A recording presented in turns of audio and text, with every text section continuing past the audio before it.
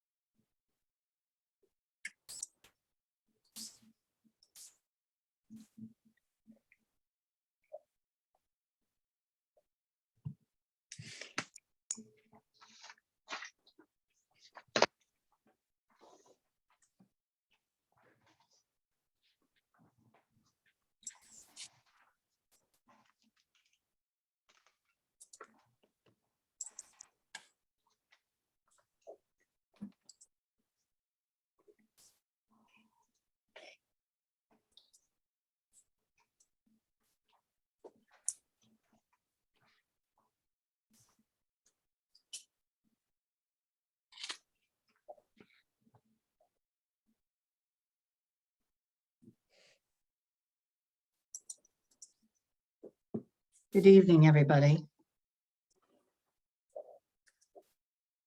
Good evening. Good evening.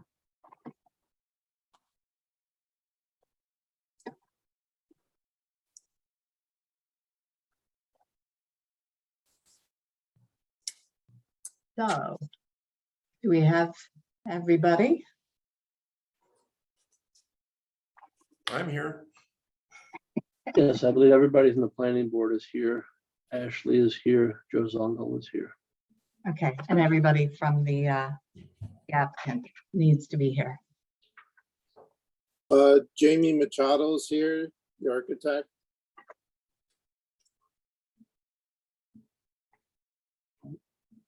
Okay, in that event, good evening, everybody. It's the Tuxedo Park Planning Board. All the planning members are present, along with our council and engineer and John Ledwith and Desiree and our lawyer, keeping track of our discussions today.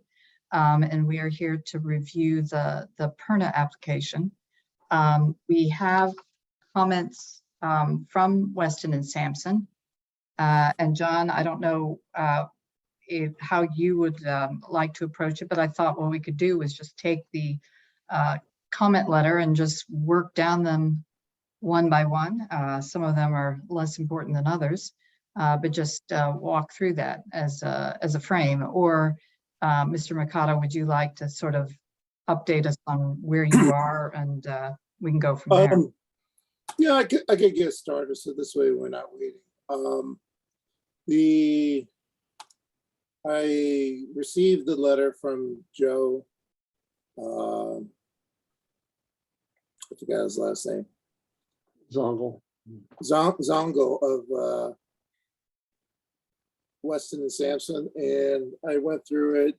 I submitted this morning the answer in red of my proposal, and I guess, or you know, the design of where we were and where we are at this moment. We have Troy, who is now part of the team, and the reason we have him is that at one point you guys requested to have a calculation of the water runoff based on a 100-year flood and maybe a 150-year flood. He submitted a report on that, a stormwater management report that was issued yesterday, and you should have a copy of that. If we can all look at the site plan, I could just kind of summarize what we have done and where the changes are. I don't know, are we able to share the screen as far as Yes, I can enable you to share the screen and you can walk us through the plan if you'd like. Actually, could you bring it up? Because I'm on my iPad. I have it on my screen, but it's not connected to the Zoom. So you want me to bring up the site plan that was issued today? Yes, Um, just want to make sure we have the correct one. And it's the it should be the CO01 PDF. So it starts off with 01 CO-01.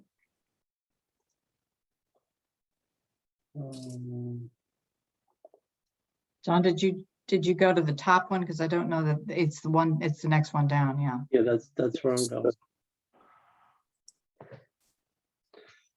No, I couldn't tell if this was the right one earlier because you didn't update the revision date in the right corner, but I apologize for that.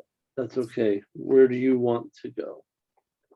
The second one down, which is 01 CO-01. That's this document. Yes. Can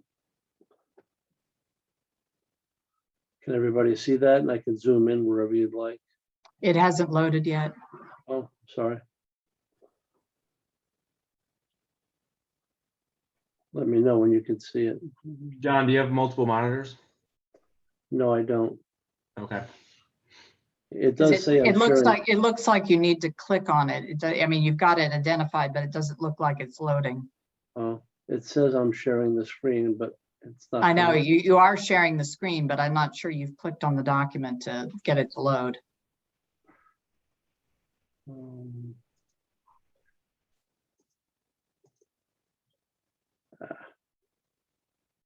Hold on a second. One moment.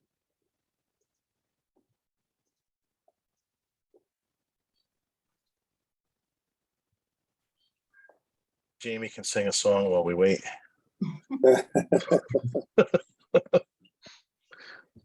Because what we're looking at is the arrow is just kind of sitting there and it doesn't look like it's been clicked on to pull the file up.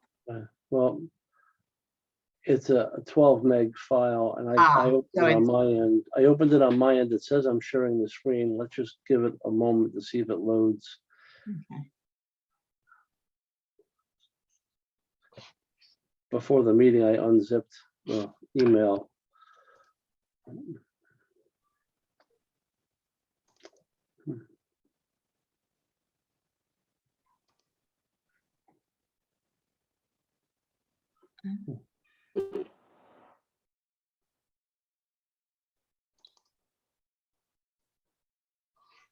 I will freely confess, I'm not terribly computer savvy, but that just looks like it hasn't been clicked on and isn't loading from the screenshot. that we're I'm looking at. actually going to see if I could load it up on my end. I'm going to my mail. Yeah, and John, sometimes you have to stop and start over again. It's just the magic of, right? The first question from IT, have you turned it off and turned it back on again? Jamie, do you want to try to load it or no? Yeah, I'm going to try to load it. If I do, I'm going to tell you in a second. Yes. You know, okay, so- I have it on my screen, John. I just downloaded the email that you sent from this afternoon. Well, it might be better if Jamie loads it. This way he can point to what he's referencing, but it's. Yeah, I'm trying to, I got the email, but I have to see, how do I download? Oh, wait, there we go. Finally popped up. I'm going to see if I could share. Just give me a second.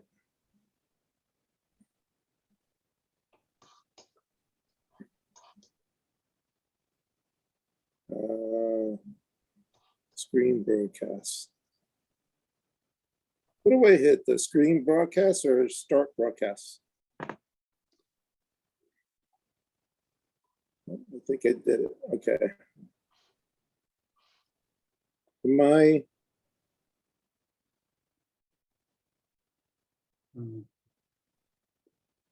You're sharing the screen.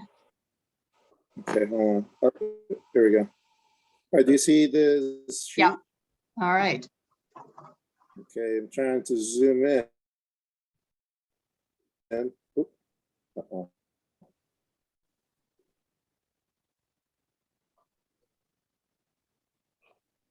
Trying to zoom up. Ah, there you go. All right, so do you guys see the zoomed up of the house itself? Yes. Or Yep. A little Okay, more start- is, Getting there. There we go. okay. All right, so starting here, then I'll just kind of speak, go through the whole site and what we've done. As you remember, I had to choose, 3 retaining areas, and then we got the engineer involved, and he revised certain things as exactly what you're seeing right now.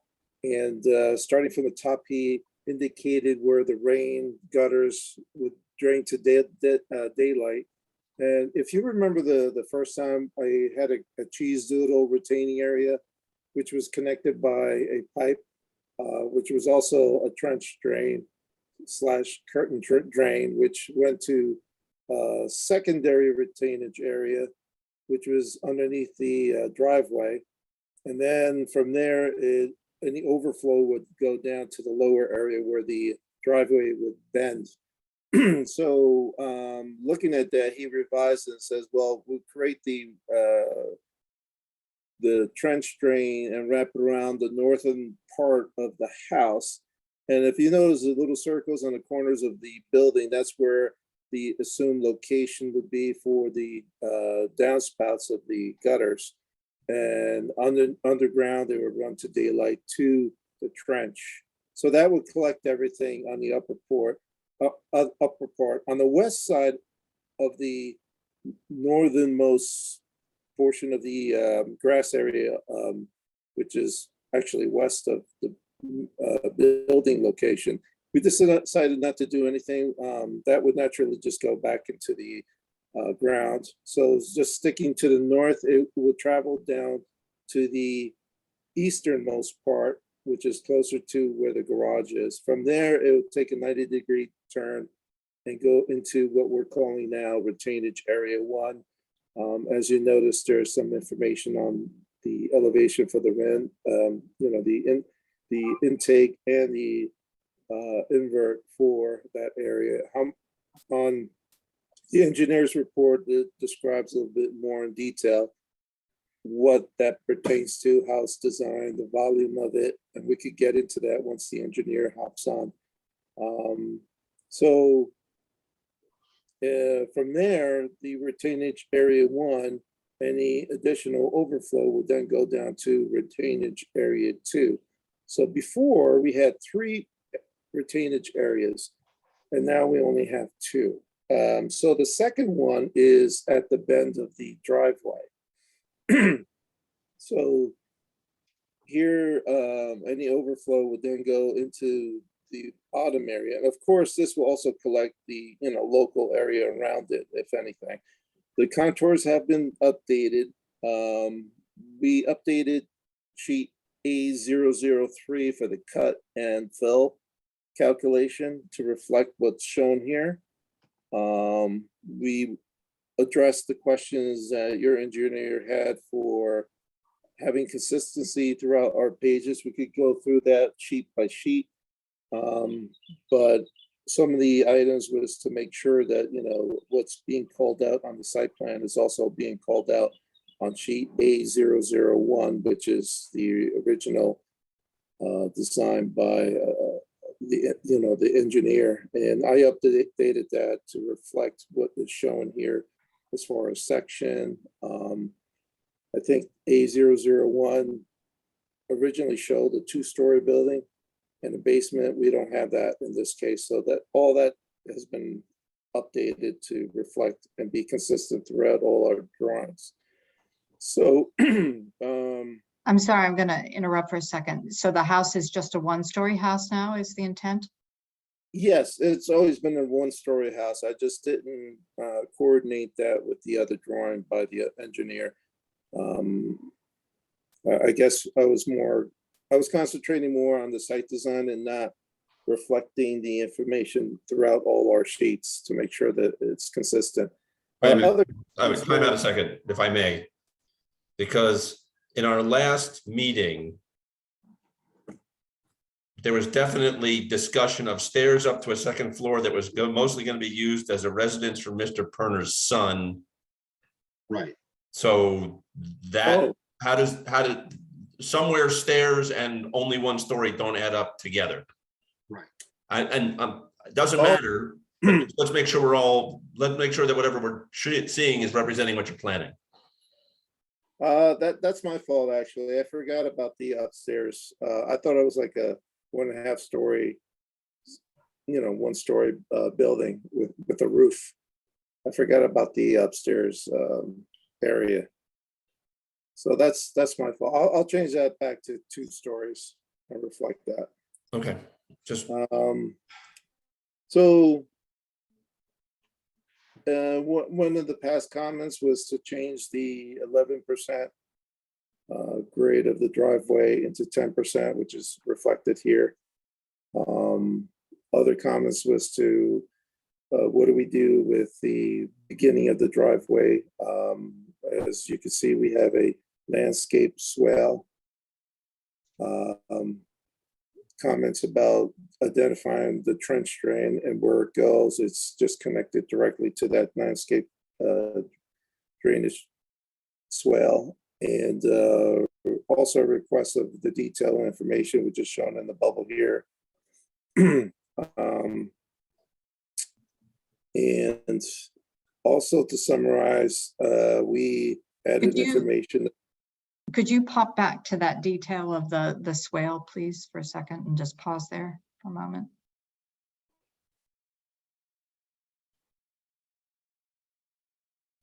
So So it will be this area right here, which is highlighted in a dark dash area, which is kind of a elliptical. And is it intended to be just a terrain impression that's going to hold water at high density periods, or is there any kind of holding tank that's involved in it, or? There is no holding tank. Most likely all these retainage areas will not be in use. This is only for like an extreme condition if it rains for 2 weeks straight, which is unlikely. And if anything, the whole site basically has a decent drainage capacity, so it never overflows. It kind of soaks into the ground. I understand that there's a lot of bedrock here, but there's a difference between having bedrock and cracked bedrock, where water could kind of seep through the cracks of underneath the bedrock situation. So according to the PERC test, this site does not hold water whatsoever. So the retainage area is, and this is better described in the report from the engineer. So we could talk about that if the engineer is on board at the moment. But And can you just address, because there's a lot of steep slope behind the hill that's coming down into the house. And, so I'm not sure I entirely understood if you were trying to route that water around the house back out to the front to these drainage areas. okay. I live at the bottom of a hill, so I'm very familiar with how much water can come down those hills. If you look at the surrounding area of the building itself is at a certain elevation. From that, the surrounding grass area, which is being proposed, will slope away the house in all directions. So anything coming from above the hill would be caught and directed toward the trench drains, which is the heavier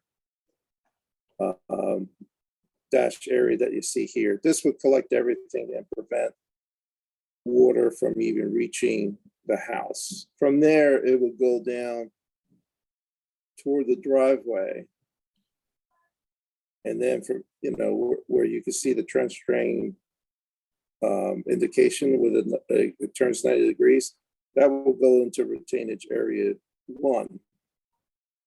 On the west side of retainage area 1, all the water would naturally just go toward the area because that's the lowest point.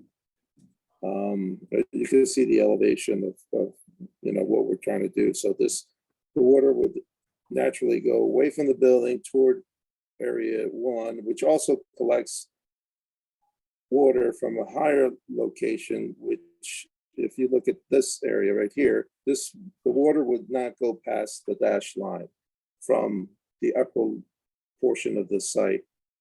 And the arrows that you see below the dash line is water going toward the trench drain as well and away from, the main building. So this building is never going to be seeing any type of water or ponding at all. And the depth of that, it's trench, you're saying trench, not French. The depth of the Yeah. trench drain is Yes. what? I have a detail on A004. Let's see if I could find that. You could bear with me a second.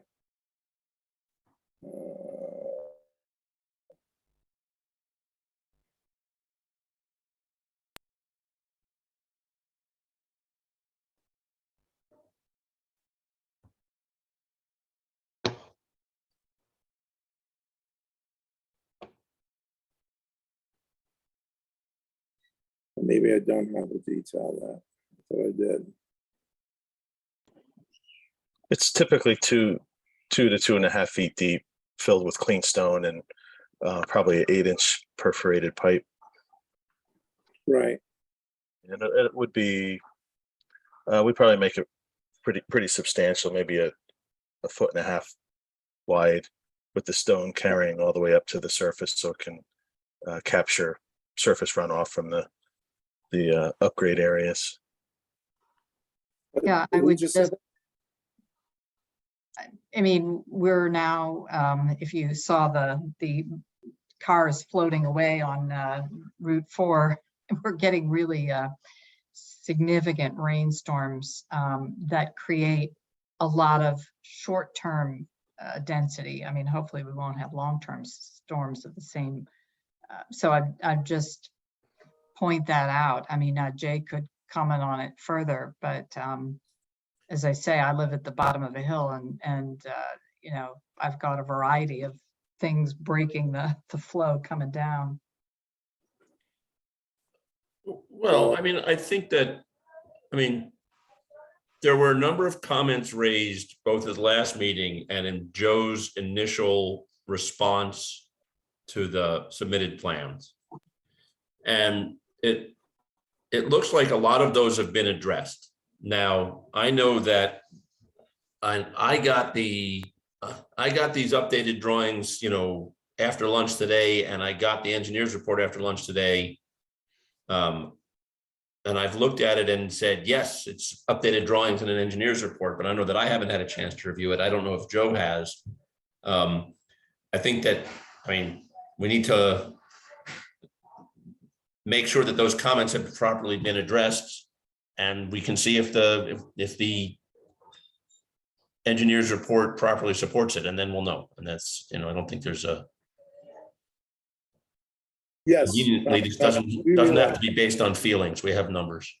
I know, I'm tossing experience into the mix and, but Absolutely. obviously, the number 8 on the list is we need the stormwater pre and post construction runoff analysis that'll say, okay, this is how this system is intended to work. Right. And I believe that's in the report that we received today. Right. I mean, this meeting today, we didn't have all the information as Jay is pointing out. So we're having a preliminary meeting and orientation. We need that, and our engineer needs the time to do the full analysis for our next meeting. Yep. No, that's correct. As I said, I'm just summarizing the changes. I realized that we just uploaded this information. We had some timing issues trying to get people involved to to do the calculations. And being the summer, a lot of people are not available, and so we got lucky. So, you know, again, as far as the site is concerned, there was a question about the geothermal, that you guys wish to have that on the plan and its location. The gentleman that's involved with that, I mean, he explained to me how this works, and I don't know if Jack Parno wants to talk about it, but generally, what I want to show is the location of it, and this is not defined as of yet. This is just a suggestion of the location, but the common limitations that we have is the system has to be about 15 feet away from the building. And there is 7 wells. Each circle that you see, the one, for example, to the left, which is slightly larger, has 4 equidistance wells within that circle. It's kind of hard to tell, but they're indicated as dots. You could barely see them. You know, you can see the 4 dots there. And then the circle on the right is slightly smaller with 3 wells. The distance between these 2 circles is about 15 feet. And so these are the parameters, whether that's going to be the true location, or if it's going to move to the west or more to the east of the building. We don't know. It all depends on what we find at the site. But this is just a suggestion of where this might go. Other items, if you guys would ask the question, I mean, there's a couple of things that we did throughout. Again, I apologize for indicating the 1-story. It did say 2-story. I don't know what came into my mind. I think it was just late and I wasn't thinking. But there is a 2nd-story area for this building, but most of this is a story or 2-story space. So it says, you know, for example, the living room is a 2-story space. So that's where I thought I'm mistaking it as a 1-story when it's truly a 2-story. But most of the spaces are, you know, a 2-story single space. Let me just point out the wing where the bedrooms are. That's a 2-story structure, and the entranceway is 2 stories. And then where the living room, dining room, and kitchen area, that's 1 story, and the garage is 1 story. So the only structures that are 2 stories are the entryway and 2nd floor where the bedrooms are. Floors, bedrooms 3 and 4. Conveniently, the purview of this board more has to do with footprint. I mean, so long as you're not under the maximum, as long as you're under the maximum height limit, so we don't have to send you to variances, but just. I think we're under 70 feet. That would be quite a ceiling to be putting in that Right. 2nd floor, but no, exactly. Good evening, this is John. I have just 2 points of concern. We need to have a little dialogue with the planning board. We need to establish the maximum buildable envelope, Mr. Perna. And that envelope typically is designated clearly, you know, on the site plan, just outside the area that you wish to build on. And that, you know, should be noted in your legend, you know, the maximum buildable envelope. We still don't have that. I understand there was some miscommunication early on. You thought the maximum buildable envelope was actually the building area, but the buildable envelope is really just beyond the intended area where you wish to build the house. So that's something that needs to be put on the plans. And I don't know if the planning board members have any questions regarding that. No, and it obviously includes it's the areas of disturbance. So it's the septic system and, you know, the final location of where the geothermal is going to go. I don't know, you know, where you are on the timing of, you know, doing that analytical work with the provider. Mhm. The other question I had, Mr. Perna, is I know utility systems are being made smaller and smaller, but absent any basement, Where are the utilities going for the geothermal wells, the pumps, et cetera, et cetera?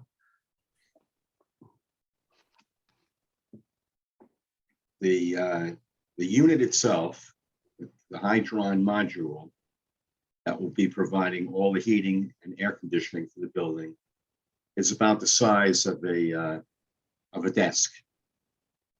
It's maybe about 5 feet high. And that will be located in the utility room in the rear of the garage. And it'll be in a separate area from the garage. It'll be walled off and there'll be a door into that utility area. And there'll be a door going outside of the garage. So it'll be housed in there, but it's a single unit. It'll create hot water, heat the swimming pool, create the air conditioning for the summer, create the heat for the radiant floor. And that's basically what it does. Okay, along that line with utilities, I think we should note, are there any propane tanks or anything that are necessary? No, Okay, there's not going to be anything burned in this house. No fossil fuels whatsoever. Everything is going to be solar power backed up with batteries, with no generator backing it up. Batteries will back it up. And there'll be no outside fire pits or anything like that whatsoever. once again, along with the utilities, at some point you need to make a decision whether you're going to tap into the water main at the cul-de-sac or tap into the water main up at the end of Lookout Stable Road. That's up to you. Well, at this point, I'm considering going up to the Lookout Mountain Road. Correct. Water tends to like to flow downhill, doesn't like to flow uphill. So taking it from the top, bringing it down to the house will ensure that there's proper water pressure. So that's basically the plan. And plus the distance will be closer to the house. This is a Tuxedo Park. It will help ensure proper water pressure. Okay. That's all I have for now. Okay. Now, John, Yes, sir. could you explain about the building envelope? Because someone mentioned that it also includes the septic, the geothermal. So what exactly is what is that pertaining to? Kind of the perimeter of engulfing all the new items? Correct. The planning board will determine, what the general building area is for all the infrastructure, including, of course, the house. Then the BAR has the parameter within that building envelope. So when you Basically, say- I'm sorry, go ahead. So the parameter meaning the perimeter? It- Or is just saying the parameter meaning like the whole area?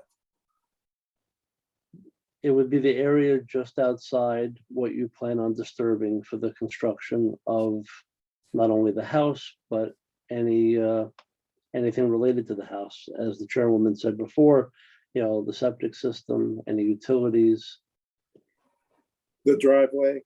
the Yes. driveway.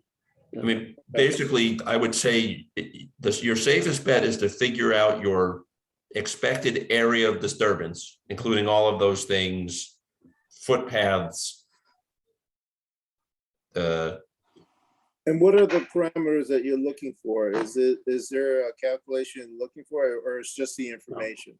For example, if it's 100% of the site, that's no good. So what are you guys looking for? Is it a maximum amount disturbed? Is there a No, there's parameter? no mathematical number. It's just that the planning board can designate, the area based upon what you submit. And then the BAR has to work within that area. But there's no max or minimum calculation. Oh, I No, understand. it can't exceed all of the other zoning requirements, right? I mean, so in theory, your maximum buildable area could be the setback lines or the maximum area of coverage. But please don't show us that because we'll get cranky. What it has to do with the way the responsibilities are divided up between the various boards. So the planning board is responsible for siting. So we determine the maximum buildable envelope, which is going to be the limits of disturbance plus a little bit in case you need to decide to move something over a foot or something. Within that, the Board of Architectural Review has purview to adjust siting for aesthetic reasons. And I'm not being facetious when I say that, within that envelope. Did I get that right, John? Yes, that's fine. Very good. So, And I if you want mean- to look at the code section, I believe it's 1713C, and that explains what the planning board considers in setting that envelope. So that might help you get an idea of what's being looked for there. thank you. Ed. Okay, just for clarifications, I think the septic area is a great example. If we zoom up to, well, I can't do it at the moment because I'm not sharing my screen, but the septic area, there's a couple of trees that are being removed. Everything else can stay. And although they have to create the trench lines, the trench areas to put the piping, the perforated piping for it to work and so forth. The goal is not, to have it, not to clear it, basically. So does that,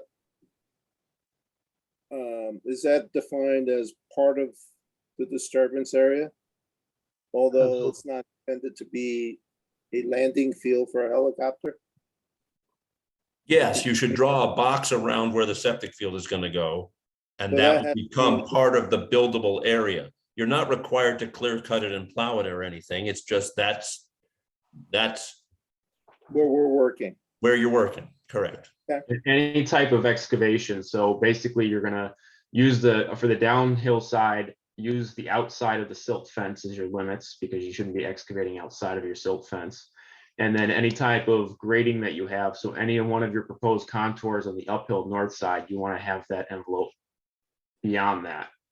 So anything that you're moving soil, doesn't matter the magnitude, whether it's a helicopter landing pad or a fence post. So, as I'm changing the contours, what are the parameters? I mean, how much from the excavation do you want? 5 feet beyond what's being altered throughout? Or is there a formula that you guys are looking for, 20? Because I don't remember seeing that in the code. I think the parameter is, how close can you work, to that line? If you're going to be excavating, obviously the line can't be right next to the trench or right next to the pipe. There has to be just some reasonable area that allows you some margin. That's all. Okay, I mean, Right. I mean, obviously the line can't be right at the footing, line. You're going to be disturbing area a little bit outside of the footing area to create the footing and provide for drainage. keep this in mind. This is the line. Once it's approved, we can go around with a can of yellow spray paint and draw the line. As long as you're inside of it, no one can complain that you're building where you shouldn't be. Yeah. I mean, So- I'm not suggesting we're going to do that, but this is the legal playing field for everything you're going to do. it's interesting. Okay.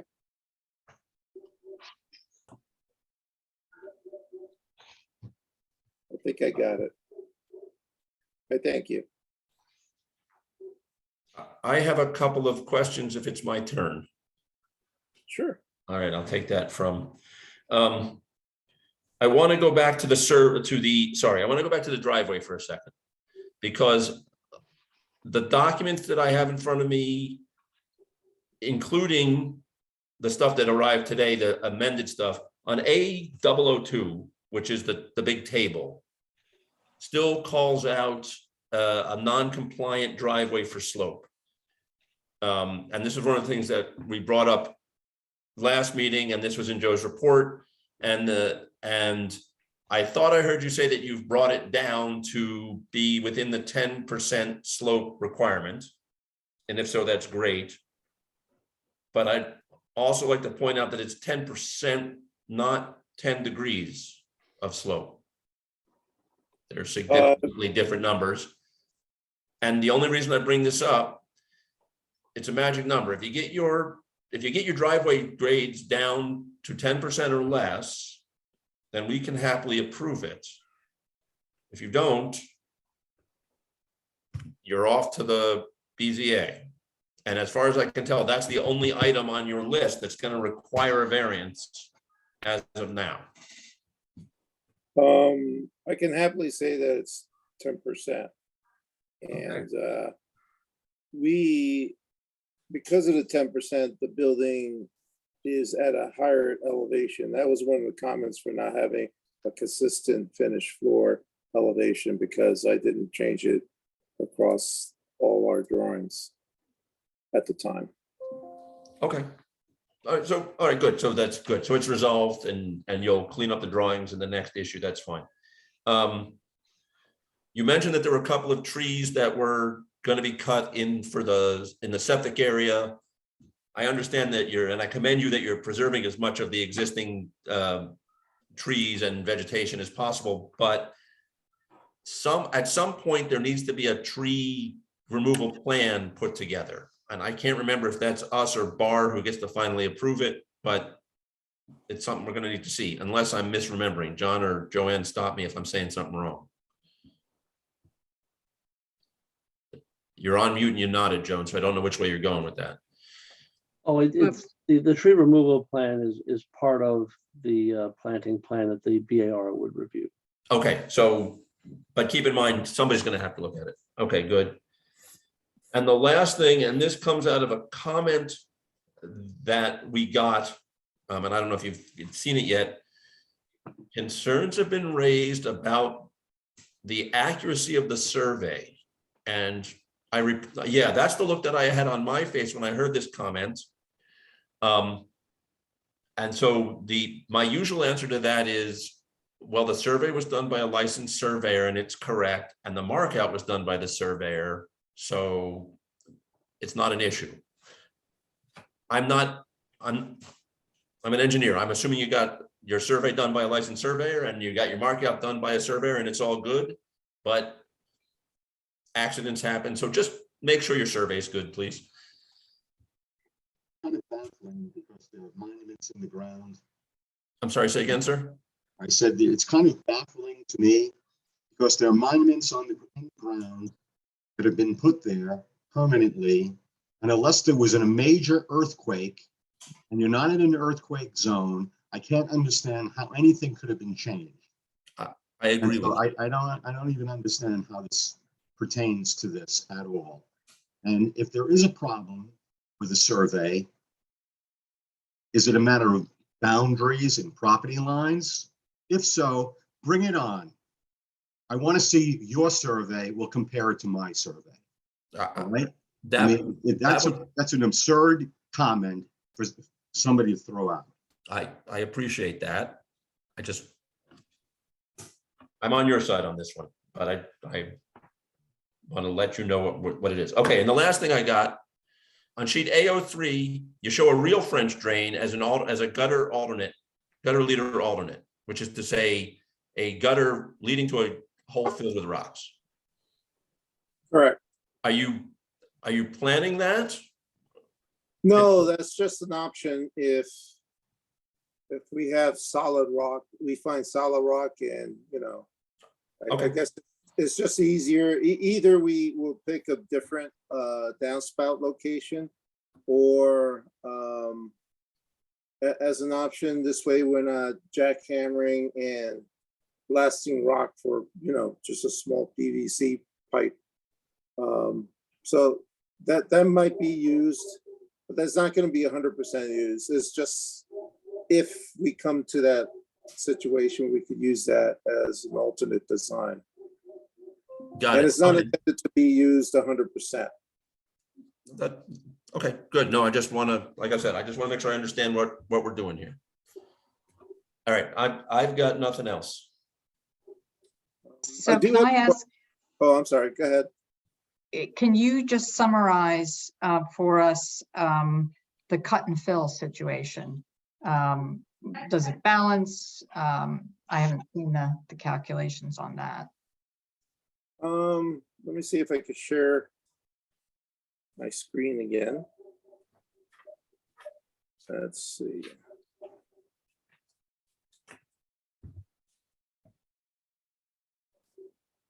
This might take a little bit of time, but just bear with me.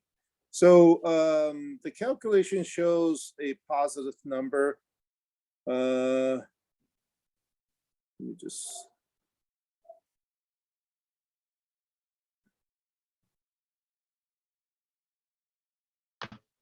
I can't remember the number, but basically what it says is that if you're only looking at the cut and fill, just of the grading itself, then we're gonna need some dirt to fill in some areas at the bottom of the hill for the driveway.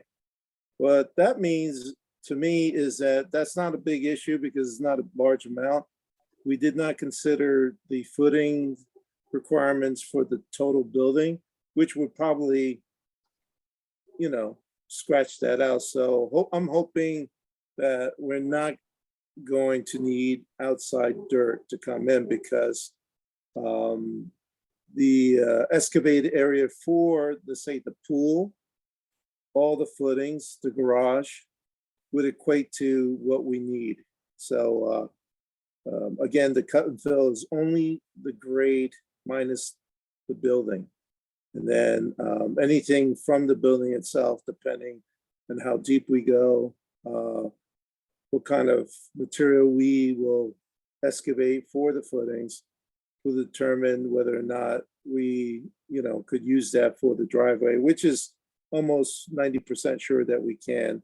There might be a issue of crushing rock to make it more usable instead of, getting boulders. We might have to crush it.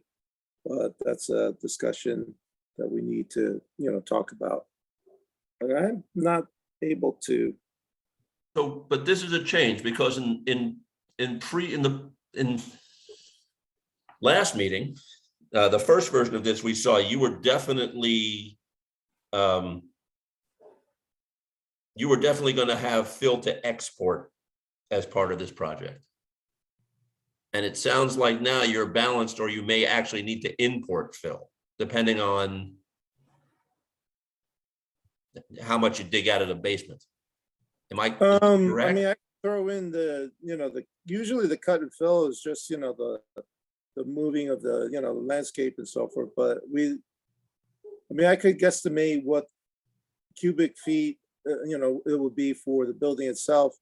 Add that as a line that would probably negate it.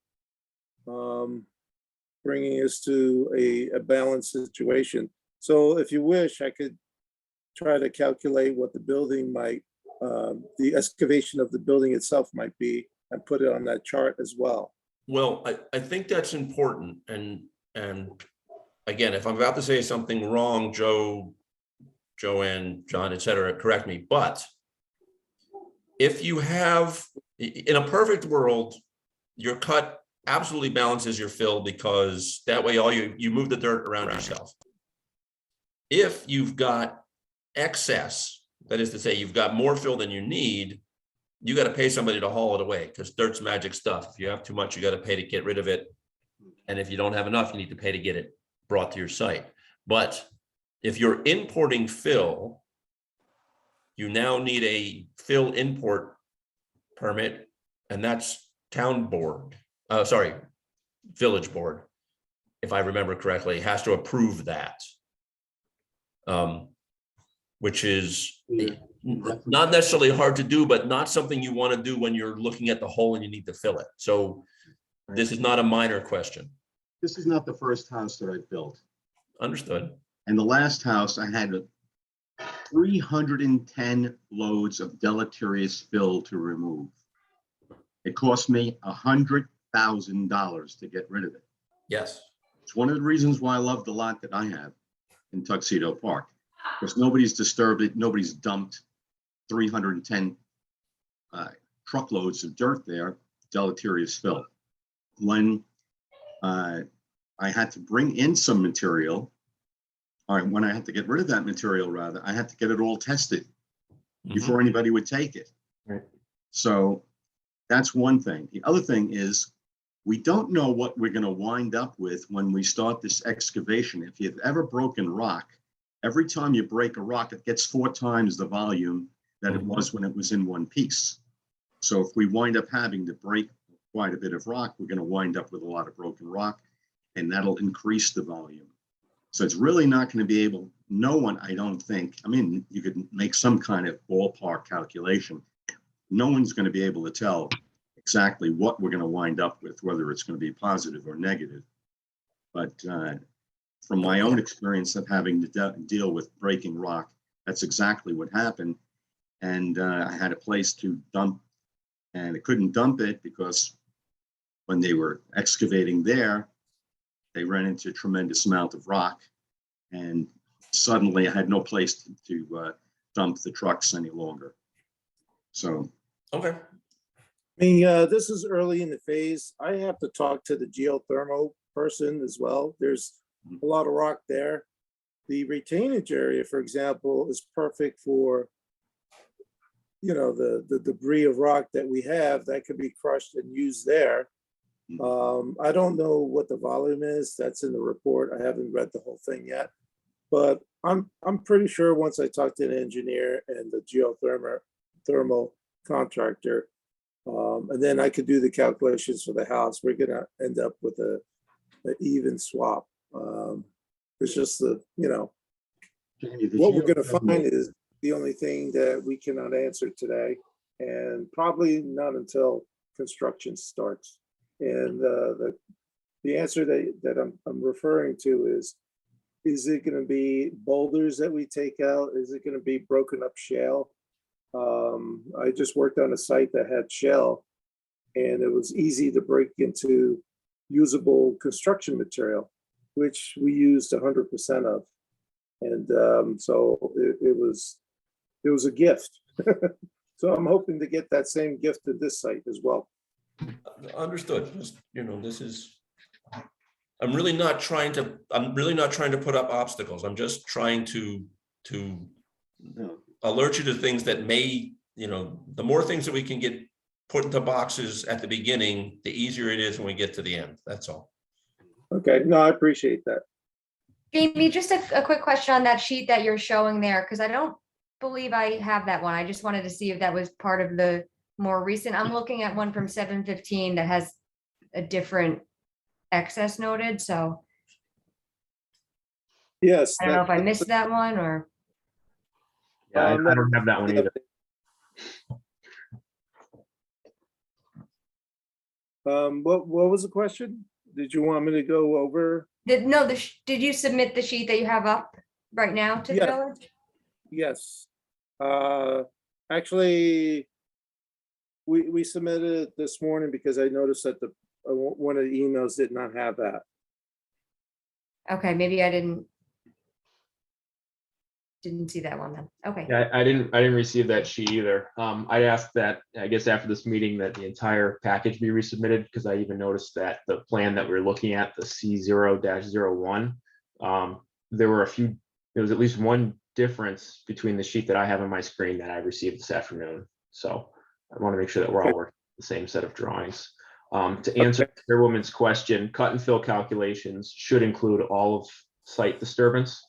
There are factors that can be used to calculate rock, but so whether it's excavation for the stormwater retention ponds, the driveway, the foundation footings, it's total site disturbance. It doesn't matter as to what the purpose is for. The village wants it so they can determine whether there's going to be imported fill, exported fill, or hopefully in this case, an even balance. Okay. And I do have that sheet up. I did have just one more comment. If you were talking about the bulk table earlier, I know Jay had pointed out the issue with the driveway grade. I think if you could just go over those requirements again, because I think some of the requirements are not showing what's actually required. It's showing what you're proposing. And I think in some instances, you might be referring to the wrong section. So if you could just make sure that what's shown in there is corresponding to the correct section, and maybe to coordinate with the building inspector on that to make sure they are accurate. Is this for the driveway? For a few things, I think the footprint, ground floor total, you're listing that as a percentage, but I believe that should be square footage. The driveway grade, what you're saying is required under the code section you cite isn't the actual requirement. Distance to the lake, the requirement is 100 feet minimum. You're saying the requirement's 6,200. The fence property line, minimum distance is 2 feet. Fence road, minimum distance is 5 feet. So just what you're listing in the table as a requirement isn't the correct dimension, I believe. So if you could just make a note to check those and make sure you coordinate with the building inspector to make sure you're referring to the correct dimension. Maybe that information could be sent to me, because this is what I was using, which was originally sent to me in a package. So I don't know if it's obsolete. It might be in more updated information. I didn't make up this chart. So the actual dimensions under the allowance, under that third column there, Yes. were those from the chart, or were those That's- something you put in there? No, that's what I got from, I can't remember where, but I didn't make up the information. But it even says that the driveway grade is 20% allowance, under 20%. And that's not correct, is it? Doesn't it have to be under 10%? Correct. Yep. And then, like Jay had mentioned earlier, and then you have 11 degrees, which is, Yeah, that's incorrect. yeah, Yeah, you become blind to these drawings when you look at it too much. right. But the 20% is not correct for the allowance. That's on your site or code. I mean, I think the you know, section, unless you give me the updated information, this is what they're stating, and it just makes me look better, because once I change the 11 degrees, it's gonna say 10 degrees. So we're doing half of what's required. If it's not required, then Okay, but wait a second, I'm not sure where I got that, but but be careful. Degrees of slope and percent of slope are not the same thing by a significant amount. So, well, what I'm just saying is, I'm not sure, I did this a while ago, but the allowance under column is basically information I either found or was given already to us, and okay, the so, proposed condition is, so it makes me look better because I'm doing half of what's required. So if it is truly 10%, then that's fine. It's just, I'm not sure. I didn't make that up, in other words. okay, so perhaps, I don't know, I'm not trying to assign homework, John, but maybe you, and I'll be happy to help you, we should edit up our half of this table to make sure that the right numbers are there. Okay. I'm good with that. you're absolutely right. And I think the section under slope 100-12 is that 75-20 rule. So somehow the 20% got in there, but it's not really correct. But I can go over that tomorrow and make some edits. Yeah, I mean, I think that this is, I think that, I think that somehow, somewhere this table, the requirement section has gotten a little corrupted. I'm not saying that I'm not saying this is an applicant's error necessarily. It's just, let's just get it corrected, and then it doesn't matter. I believe I have this on Excel. If you want, I can send that to you. Unless you Well, guys, I sent you the form in Excel so you could input the numbers. And I just think some of the numbers you wrote in under the allowance under you may have either oversimplified them or you have them in the wrong, Okay, Yeah, wrong- I mean, it doesn't really matter how it got Yeah. corrupted. Let's just clean it up and then we'll go there. Mhm. yeah, and if there's any additional items that have to be on there, by all means, let me know. And I think, John, and this is a little out of purview of the board, but maybe what we should do with the driveway grade, since this isn't the first time this question has come up. It's 10%, which is equal to put number of degrees here, because I can't do that calculation in my head. And then it doesn't matter. We've got it both ways. Yeah, I indicated 6 degrees. I hope that's correct. Um, So 10% or 6 degrees. Actually, I don't know. 6 We'll check and then we'll know.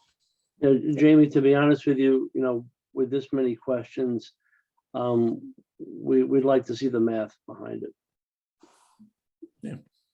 Because I don't know if anything really has changed on the site plan except the percentage. So we'd like to see how you got to the percentage of the driveway slope. Sure. That'll answer it. That's it. And John, just one more question, I guess procedurally, as far as the Orange County planning, I believe it had to go to Orange County Planning Department. I don't know if there's been any comments from them. It hasn't been sent to Orange County Planning, Okay, largely because we really don't have a site plan that we've kind of agreed upon at this point. understood.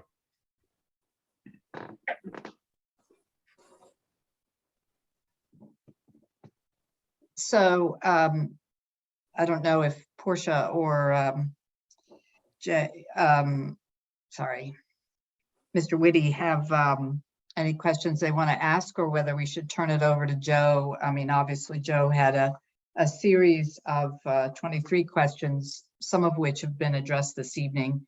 Joe, do you have other, follow-ups? Obviously you just got material today, so you haven't had a chance to review it yet.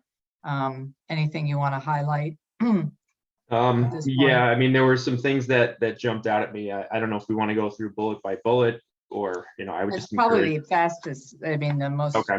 organized way to do it. So the first comment, Share that document of the bullets. Would that be possible?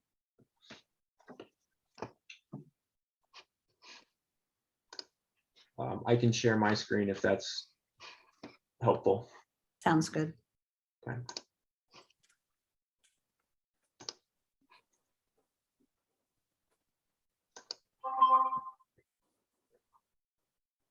Right. Is everybody seeing the screen? This is the letter that I issued dated July 22nd. Yes. Yep, I see it. All right, so first comment, retainage areas, little typo there, should provide grading and storage volume in cubic feet. Callouts for the elevations should be provided for the retainage areas. So it looks like the revised plans include some grading, and I'll have to review the stormwater report in detail just to make sure that the volumes are shown. Originally, it was just shown in planimetric square foot area, so we weren't able to determine the volume of the stormwater retention areas. Provided detail for the curtain, for the trenched curtain drain and pipe material and sizing for the pipe shown between the two drainage areas. It looks like that pipe diameter and material has been specified. We'd like to see what the pipe diameter and material is going to be for the trench drain that is shown behind the house and crossing the driveway. The proposed water service is shown crossing the proposed driveway trench drain and connecting directly to the existing fire hydrant. The water main should be relocated to not cross stormwater infrastructure. Looks like the trench drain has been moved. Also, the water service should connect to the existing main downstream of the isolation valve. Looks like that has not been addressed at this point. Connect the water service directly to the hydrant. There's a valve that's shown. So at the end of connected to each hydrant, typically there's a water shutoff. So if the village had to do maintenance to that hydrant, you're able to turn the water off and replace the hydrant. So you don't want to be connected between that valve and the hydrant, otherwise the house would be out of water. Provided detail for the proposed driveway trench drain. So there's a call out, it looks like, on the proposed plans for the specific make and model. Please clarify the intended discharge location of the proposed trench drain at the end of the driveway. That I didn't see on the updated plan.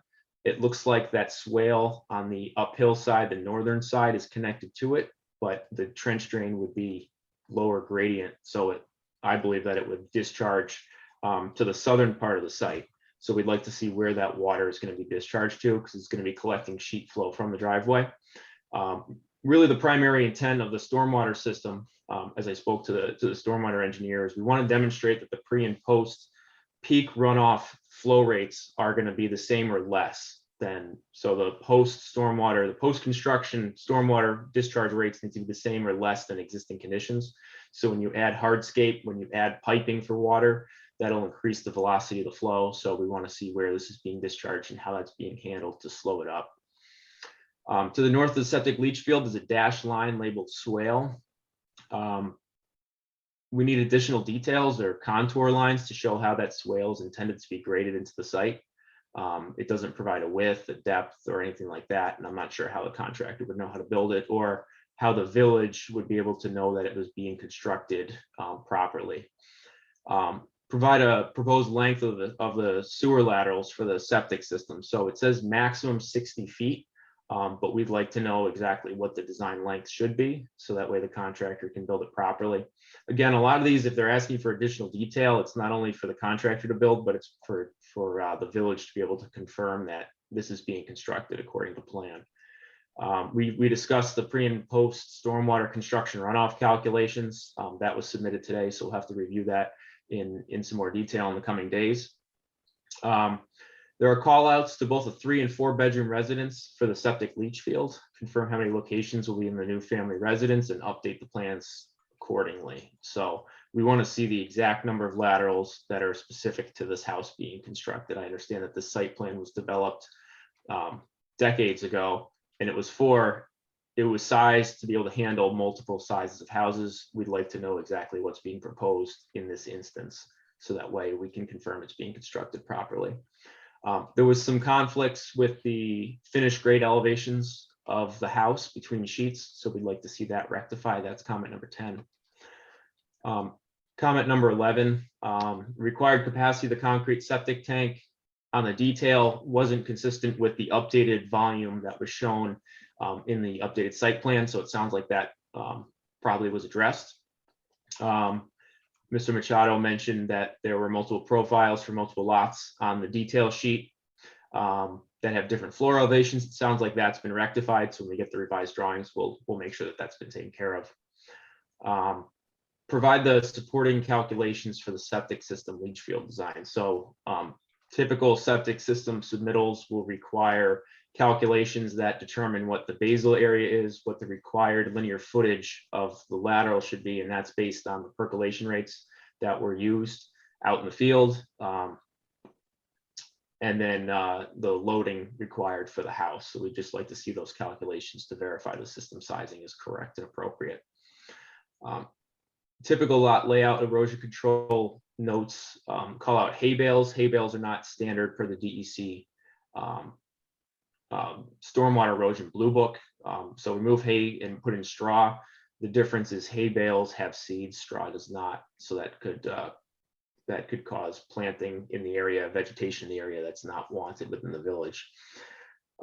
Typical lot layout shows us, again, this is now going to the detail sheet. So the septic tank sizing wasn't consistent. Also the pipe material leading from the house to the septic tank and then from the septic tank to the leach field. It was inconsistent. You're showing cast iron pipe. I'm assuming that if you want to use iron pipe, you probably want to use ductile iron pipe. But the detail shows PVC. PVC would be acceptable in this application as well. The units being used in the cut and fill analysis, that wasn't clear, and I'm seeing it says square cubic feet. I'm not familiar with that unit. So if you could just clarify, just so it's understood by all, whether it's cubic feet, cubic yards, makes a big difference. Minimum date requirements under village code, yard setbacks, greenhouse, it shows 108 feet for proposed condition for a greenhouse. We don't see a greenhouse on the plan. I think I noticed on your revision that you're referring to the enclosure for the pool as a greenhouse. We just like to get that clarified, unless there is intended to be a greenhouse on the site. We'd like to see a stabilized construction entrance, call out in detail to the site. So this is a typical erosion sediment control detail that's provided by the DEC. Basically, it's large aggregate stone. It's an anti-tracking pad essentially. So you're going to have equipment driving on and off the site, and we want to make sure that the soil doesn't get tracked down through the village roads. We'd like to see a detailed cross section for the proposed stone walls. So along the driveway, there's multiple walls that are being shown. One of them, I believe, is shown as being 15 feet tall. So we'd like to see how that's being proposed to be constructed. Location for the downspout collectors on sheet A003. This was mentioned earlier in the meeting. I'd like to see on this updated plan, the invert elevations for each of the downspouts and then the invert elevations at the connection point, because it looks like where a couple of the connections were shown in the back of the house that it was actually traveling uphill. So those would be rather deep. So we'd like to understand how those are connected, make sure they flow properly. And if you're showing these collectors, we'd like to know where they would be or in what instances they would be used. So they've got a finite volume. So if you've got a larger storm event, typically they have overflows. So if you are going to substitute the piped roof leaders for these collectors, I'd still like to know, I think the village would still like to know where they're going to be, because on larger storm events, there will be a bypass and these will flood and then flow overland. We want to make sure that the stormwater system will be collecting it in the infiltration ponds as opposed to going downhill to another property. We'd like to see the location of the geothermal wells. We discussed that earlier. The primary reason that I would like to see that from an infrastructure standpoint is we want to make sure that there's proper separation distance. So you have to be certain distance away from stormwater infrastructure and primarily from sanitary wastewater infrastructure. Since it is a pressurized pipe, if it were to fail, you don't want to make sure that it doesn't get intermingled with wastewater effluent. Where you have it shown is clearly away from the septic field. We want to make sure that it's not going to be moved close to the septic field. We'd like to see a proposed cross-section of the driveway. So what I mean by this is a cross-section of what the driveway material is going to look like. Is there an underlayment fabric, and then is it 12 inches of stone, 6 inches of stone, what type of stone, to get an idea of what the construction is going to be for that material. And then we've talked about the code requirements. I think we've covered that point. So we'd like to just see that clarified, not only for the driveway, but now for the other items that were mentioned. So those were the comments that we had. I guess I'll hand it back over to see if there's any other questions or if you'd like me to elaborate on any of the points that I mentioned. So at this point, does the applicant have questions about what just we all went through there? Do any of the planning board members or John have additional questions? I don't. I'm good. I have one question on the greenhouse. Since greenhouse is literally a greenhouse, there's no dimension. I could put a 0 there or not answer that question, correct? Correct. There's no green. Okay. If there's no greenhouse, just say no greenhouse. No greenhouse. There you go. You go.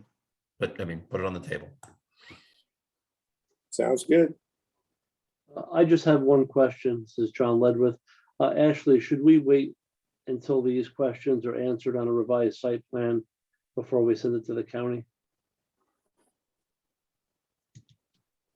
I don't think you need to if you want to get that process started.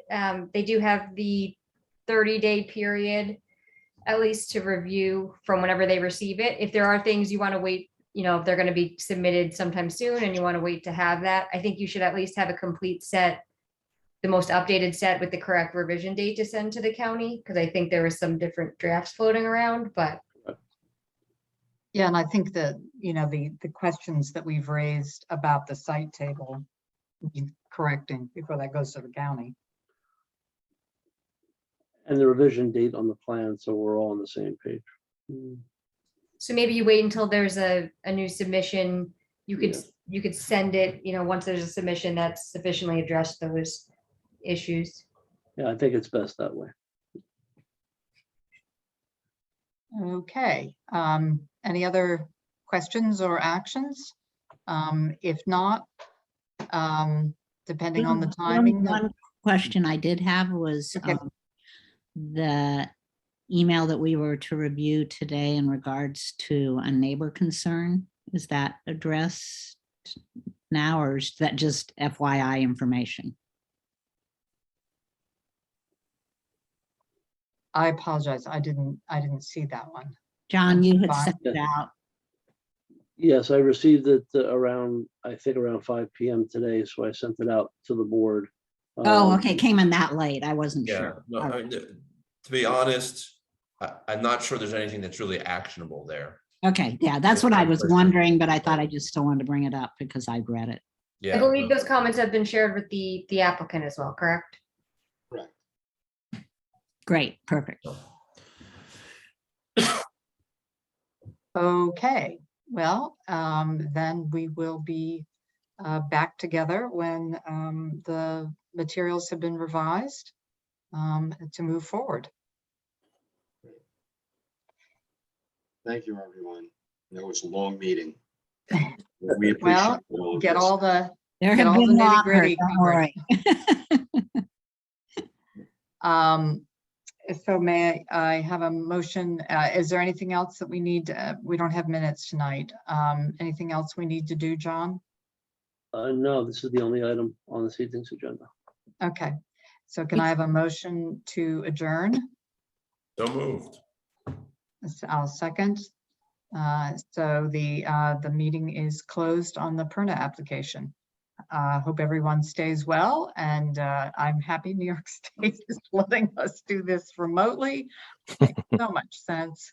And we'll move forward on the application. Thanks all. One, Take care. Good night. Have a good night. have a good night.